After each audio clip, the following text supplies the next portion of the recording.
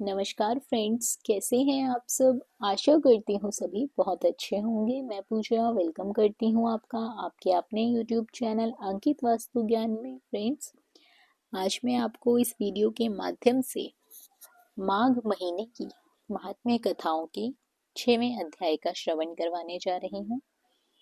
बड़ी श्रद्धा पूर्वक सहस्त्र अर्जुन भी यह कथाएं सुन रहे थे। अतः भगवान दत्तात्रेय जी ने सहस्त्रार्जुन से आगे कहा, हे राजन, एक मन होकर सुनो। मैं इस माघ स्नान के विषय में एक और प्राचीन इतिहास तुम्हें सुनाता हूँ।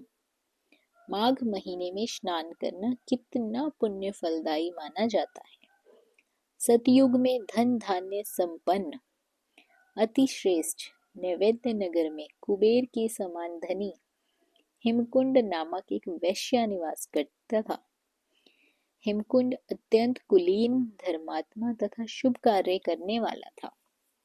उसने अपनी व्यवसाय बुद्धि से अनेकों प्रकार के व्यवसाय करके 8 करोड़ अशर्फियां एकत्रित कर ली थी।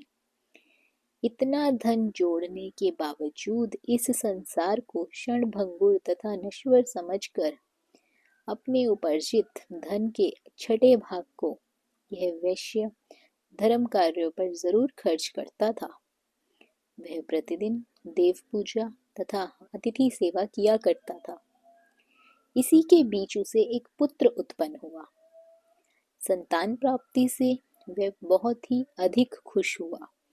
उसने बड़े पुत्र का नाम कुंडल और छोटे का नाम विकुंडल रखा। हेमकुंड ने दोनों पुत्रों को योग्य बनाया और युवा अवस्था प्राप्त करते ही वह घर और व्यवसाय का सारा भार उन पर छोड़कर खुद विष्णु भक्ति करने के विचार करके वन में चला गया। हेमकुंड अनेकों वर्षों तक जप करने के बाद एक दिन अपना नश्वर शरीर त्याग कर स्वर्गलोक को चला गया। उधर हेमकुंड की प्रभु भक्ति के लिए वन गमन करने के बाद उसके दोनों पुत्र धन कुबेर होने के अभिमान में आकर मंदोमंद होकर निंदनीय आचरणों, पापाचार, दुर्वासना में लिप्त हो गए। दुर्व्यसनों में लिप्त होकर निंदनीय आचरण करते हुए वे अपनी माता का तिरस्कार और अनादर करने के साथ साथ अपने से बड़ों, पूज्यों और श्रेष्ठ जनों का भी अपमान करने लगे। धर्म से पूर्णतः विमुख होने के बाद वे दोनों ही पापाचारी, वैश्यगामी, मदिरापान करने वाले, परस्त्रीगामी, जुआरी हो गए थे। वे दिन रात वैश्याओं के यहाँ नृत्य संगीत में जाने लगे, मदिरापान करने लगे। वे पूरे वैभव और विलास से राजसी ठाट बाट में रहते थे तथा उन्होंने अपने व्यवसाय को भी बंद कर दिया था। पानी की तरह धन बहाते हुए वे अपनी स्वेच्छाओं को निर्कुंज जीवन से जी रहे थे। बिना कोई कार्य किए हुए पापाचार में धन खर्च करते रहे। उनके पिता का अपार धन को पंख लगने में देर नहीं लगी और कुछ ही वर्षों में वे सारा धन समाप्त हो गया। अब क्या था, सिर्फ उनके पास पिता की जोड़ी हुई कुछ अशर्फियां बची हुई थी। वो भी समाप्त होने वाली थी और कुछ भी नहीं बचा था। वे पूरी तरह कंगाल हो चुके थे। अब धनहीन और कंगाल होकर वे चोरी चपाटी करने लगे। उन पर साहूकारों का बहुत कर्जा हो गया। चोरी करने के बाद उनके सारे नगर में निंदा होने लगी तथा लोगों ने उनका रहना कठिन कर दिया। तब वे दोनों भाई अपना नगर छोड़कर वहां से भाग गए। उन्हें हर समय साहूकार और राजा का डर भी सताता रहता था। वे दोनों नगर के बाहर वन में रहने लगे। अब वनों में भीलों के साथ रहने पर वे भी अधिक पाप और हिंसा करने लगे।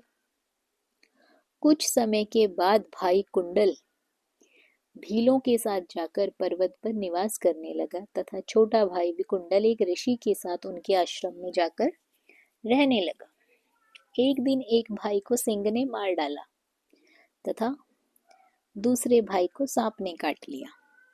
इस प्रकार दोनों भाइयों को एक ही दिन मृत्यु हो गई।